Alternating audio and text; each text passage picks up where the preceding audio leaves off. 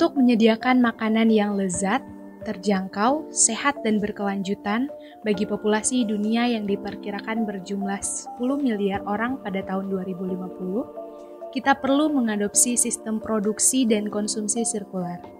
Mengapa? Tentunya untuk memenuhi kebutuhan mendesak dengan menciptakan nilai lebih di seluruh rantai produksi makanan. Bagaimana caranya?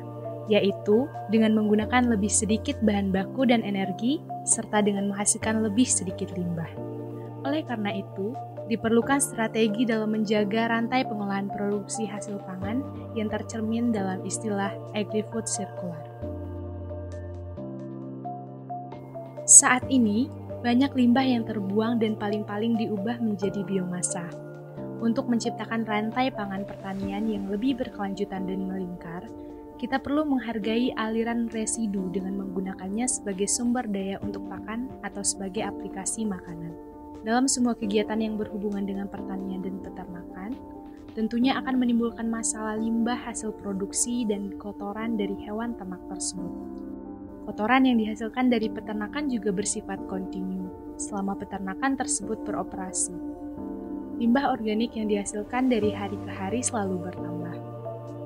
Apabila tidak ditangani, hal ini akan menjadi masalah lingkungan karena akan mencemari lingkungan sekitar.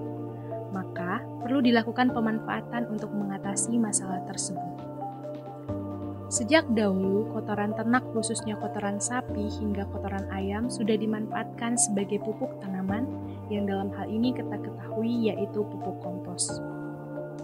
Kompos merupakan bahan organik seperti daun-daunan, jerami, alang-alang, rumput-rumputan, dedak padi, batang jagung, serta kotoran hewan yang telah mengalami proses dekomposisi oleh mikroorganisme pengurai, sehingga dapat dimanfaatkan untuk memperbaiki sifat-sifat tanah.